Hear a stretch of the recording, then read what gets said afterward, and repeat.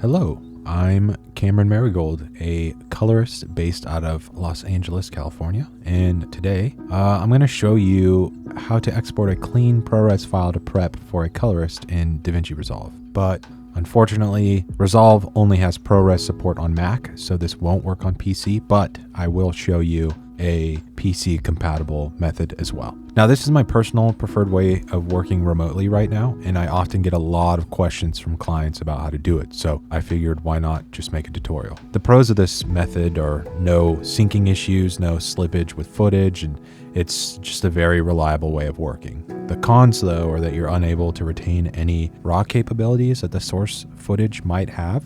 So if it's shot with a red or Blackmagic camera in raw format, you'll lose those capabilities, but there are a few workarounds with that. So I'll talk about those as well. So here we are in Resolve with a completed edit in the timeline. This is a project I shot a while back and edited in Resolve. And I prefer working in Resolve for a few reasons, a big one being no subscription to a software.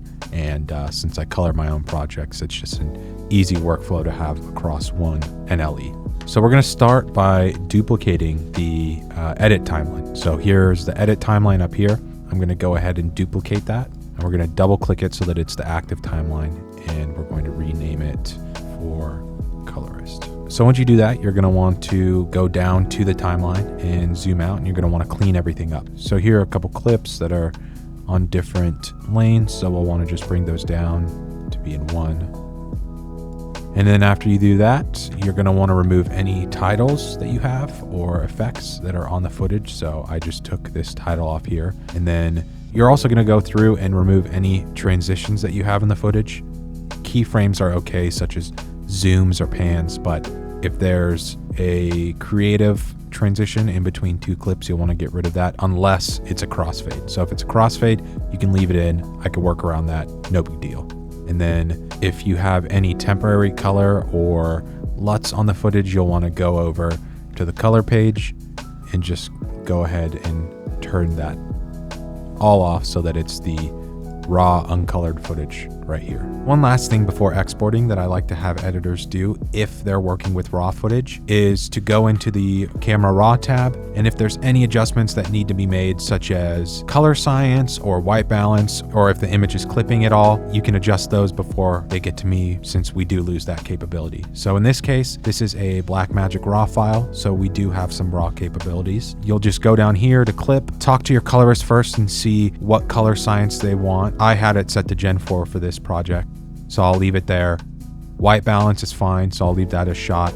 Color space and gamma, I like to have Blackmagic Design and Blackmagic Design Film so that we can get the most latitude out of the image. And then with Blackmagic Raw, I like to click the highlight recovery button. And this is the same for any red footage, RE raw, anything that's raw basically. It just helps get the most out of the footage that we won't be able to control on our end. If you'd like to see other color settings, I'll leave them in the description below, or you can go check out my Premiere Roundtrip video where I cover the red raw settings that most colorists like to use.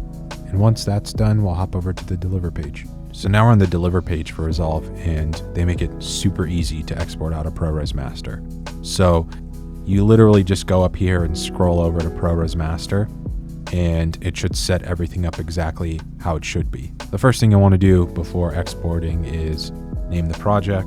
So this one is Pool for Colorist. And I like to put for Colorist so you know what the file is and where it's going. And you just go ahead and save it where you want to export it to. Then you'll go down and make sure single clip is selected. Make sure the format is QuickTime, and you'll select Apple ProRes and then the type. So there's several different types here. The only two that you have to worry about are 422HQ and 4444XQ. So 422HQ is a 10-bit max codec, meaning if the camera that the project was shot on or cameras aren't anything above 8 or 10-bit, you can export out the 422HQ because it'll max out at 10 bits and you can save a little bit on file sizes. But if the camera was a 12 or 16-bit camera, such as the Blackmagic Pocket 4K, which this project was shot on, or a 16-bit camera, such as the Arri Alexa, you'll go to 4444XQ. So we're going to go with 4444XQ, and then we're going to make sure that the resolution is right. Same thing for the frame rate. Now from there, we're going to head over to the advanced settings. you're going to want to scroll down. I like to set the color space tag and the gamma tag to Rec 709, and then go down to force sizing to highest quality and force debayer to highest quality. Once you have all those settings dialed in, all you have to do is click add to render queue, and you go over here, select it, and hit render. So if you're on a PC or are sending the file to someone who's using a PC, we're going to change up the settings a bit. PC doesn't have full compatibility with ProRes, so you can read ProRes in Resolve, but you cannot export to ProRes. So we're going to start by, again, giving it the appropriate name, single clip for the render setting, and then we're going to go down to the video settings. So for format, we stick with QuickTime.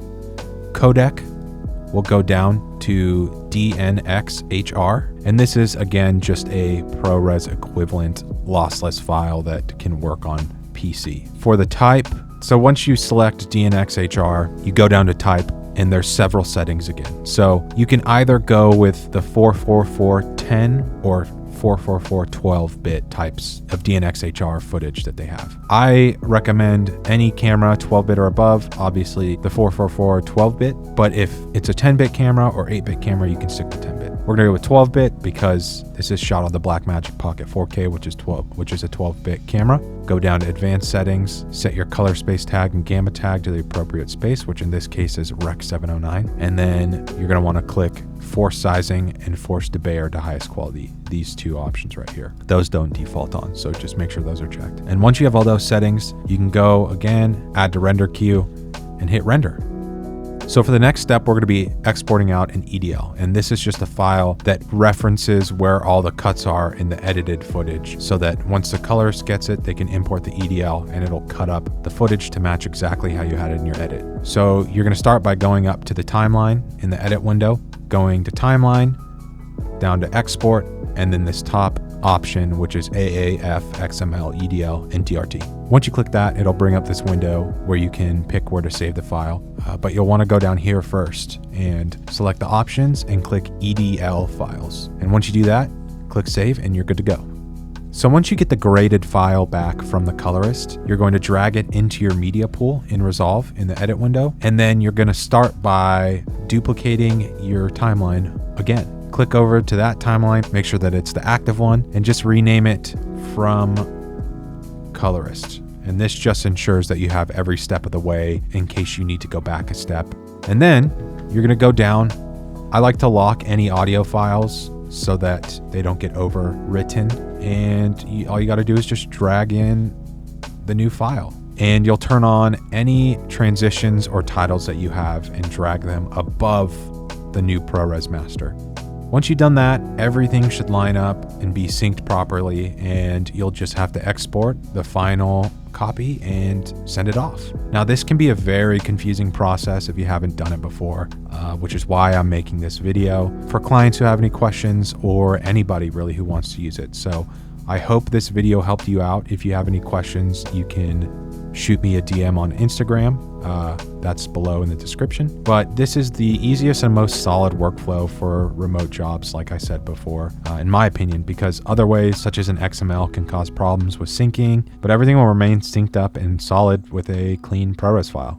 Again, it sucks that you lose raw capabilities, but that's it for this video. If you'd like to work together, you can find my reel here on the channel, or you can find my website in the description below where you can contact me. Thanks for watching, and I'll see you on the next one.